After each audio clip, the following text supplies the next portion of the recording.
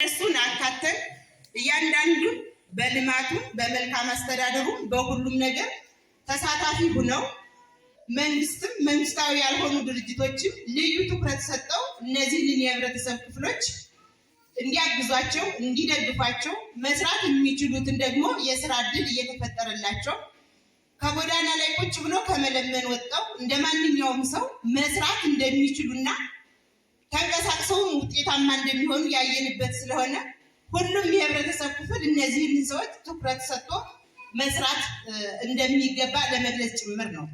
እንግዲህ ይሄንን በዓል ስናከብር እናንተም እኛም ለብሰን ደምቀን አምረን ተውበን ብቻ እንድንለያይ ሳይሆን በተለይ አሁን ያለው የሰው ሰራሽ አደጋ እጅግ በጣም አስቸጋሪና ፈታኝ እየሆነ የመጣበት ስለሆነ እርስ በርሳችን ተደጋግፈንና እጅ ለእጅ ተያይዘን ይህንን ክፉ ቀን መውጣትም እንዳለብን ለማስገንዘብ ጭምር ነው።